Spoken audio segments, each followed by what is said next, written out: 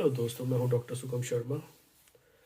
और एक बहुत बड़ी न्यूज़ आ रही है कि जो ईरान और यूएस का कन्फ्लिक्ट चल रहा था काफ़ी टाइम से, 1 डेढ़ महीना हो गया।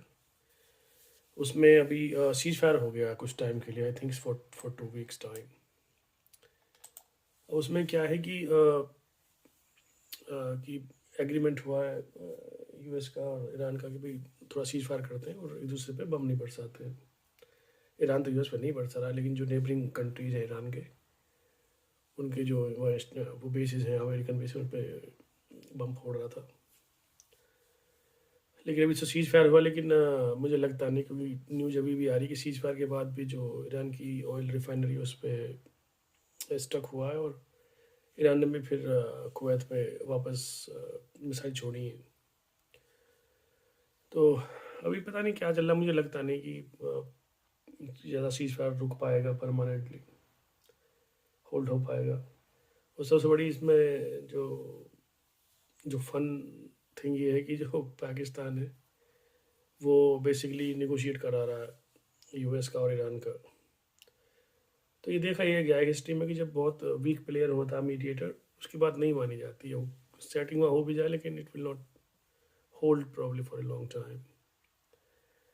तो कुछ जो जो हरमोज है, स्टेट ऑफ हरमोज, जहाँ से जो ऑयल टैंकर्स निकलते हैं, उस पर कुछ डील चल रही है कि इसको टोल किया जाए या फ्री किया जाए। फ्री हुआ करता था, लेकिन इंडिया ने तो अपना रुख साफ किया कि इट्स नॉट बी चार्ज। लेकिन पता नहीं, ईरान का काफ़ी नुकसान हो गया। They want to put it all on it कि भाई जो निकलेंगे they have to pay toll for that.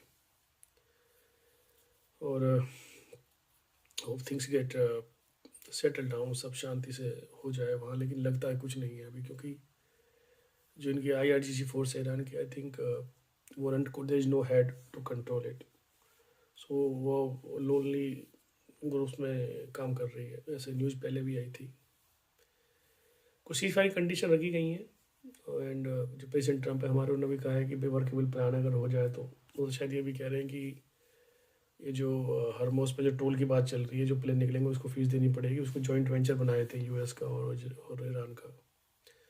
वही शायद बात बन सकती है, कुछ प्रोटेक्शन दे दे अमेरिका ईरान को कि नहीं, अब हम तुम्हें प्रोटेक्ट करेंगे इस साइड में, let's do joint venture on this one. लेकिन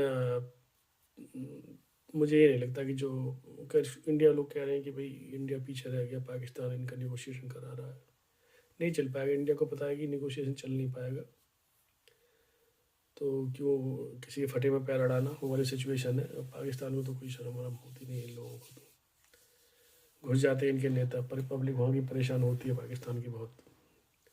नेता सोचते नहीं है पब्लिक के बारे में, सब शांति से हो